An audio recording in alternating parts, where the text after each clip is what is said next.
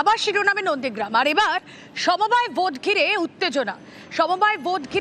সমবায় ভোটের আগেই তৃণমূল বিজেপির স্লোগান, পাল্টা স্লোগান, ভাঙচুর, রাতভর একাধিক বাড়ি ভাঙচুরের অভিযোগ, আহত দুপক্ষের বেশ কয়েকজন।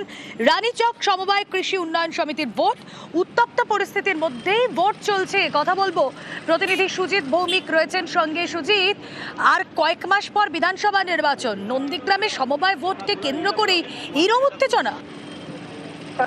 তারই চলছে, এটাই বলছে রাজনৈতিক মহল। এবং খবরের শিরোনামে নন্দীগ্রাম এটা যেন রুটিন হয়ে গেছে। আজকে যেখানে সমবায় ভোট এবং সমবায় ভোট, তার মধ্যে 45টি আসনের 5টি আসন বিনা প্রতিদ্বন্দ্বিতায় তৃণমূল জয়ী হয়েছে। বাকি 40টি আসনে ভোট হবে, কিন্তু ভোট এই শব্দেই যেন নন্দীগ্রাম সবসময় তেতে ওঠে। এবং তারই একটা নমুনা আবারও দেখা গেল যে শেষ রাতে, অর্থাৎ রাতভর তাণ্ডব, ভাঙচুর, গন্ডগোল সবটাই হলো। এবং সেই গন্ডগোল, মারামারি, মাথা ফাটা, বাড়ি লুটপাট, ভাঙচুর সবটাই হলো সমবায় ভোটকে কেন্দ্র করে। এবং অবাক করা এই ঘটনা, সেই ঘটনাস্থল আবারও বলি নন্দীগ্রাম। সেখানে দুপক্ষের বেশ কয়েকজনের মাথা পারলো, হাত ভেঙেছে, আহত হয়েছে, সুপার স্পেশালিটি হাসপাতালে ভর্তি করা হয়েছে। তারই মধ্যে কিন্তু ভোট গ্রহণ শুরু হয়েছে। পুলিশ বিশাল সংখ্যক মোতায়েন করা হয়েছে, পুলিশি টহলদারির মধ্যেই শুরু হয়ে গেছে ভোটদান। আজকেই আবার গণনা রয়েছে রুমেলা।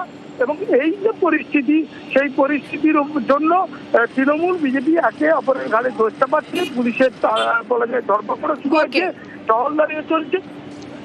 ওকে, এই নির্বাচনকে কেন্দ্র করে গতকাল রাত্রে বিজেপি আশ্রিত দুষ্কৃতীরা আমাদের তৃণমূল কংগ্রেসের সমর্থিত এই সমবায়ের প্রার্থী তাদের বাড়ি ভাঙচুর করে এবং আমাদের যারা ভোটার কর্মী তাদেরকে ভয় দেখায়, সন্ত্রাস সৃষ্টি করে। এই খবর পেয়ে যখন আমাদের কর্মীরা সেখানে পৌঁছায়, সেখানে এই কর্মীদের উপর অতর্কিতে লাঠিচার্জ করে, ওখানে রড দিয়ে কারোর মাথা ফাটিয়ে দেয়, কারোর পিঠ ফাটিয়ে দেয়। রানীচক সমবায় সমিতির নির্বাচনে গতকাল রাত্রিতে আমাদের হরিজন পল্লীতে আক্রমণ চালিয়েছিল, একজনের মাথা ফাটিয়ে দিয়েছে। হরিজন পল্লীর যে এলাকার মানুষজন খেপে গিয়ে ওদের উপরে কিছুটা টর্চারিং করেছে। পুলিশ পরে এসে ওদেরকে সঙ্গে করে নিয়ে এসে হরিজন পল্লীতে ব্যাপক লাঠিচার্জ করেছে তৃণমূলকে রক্ষা করার জন্য।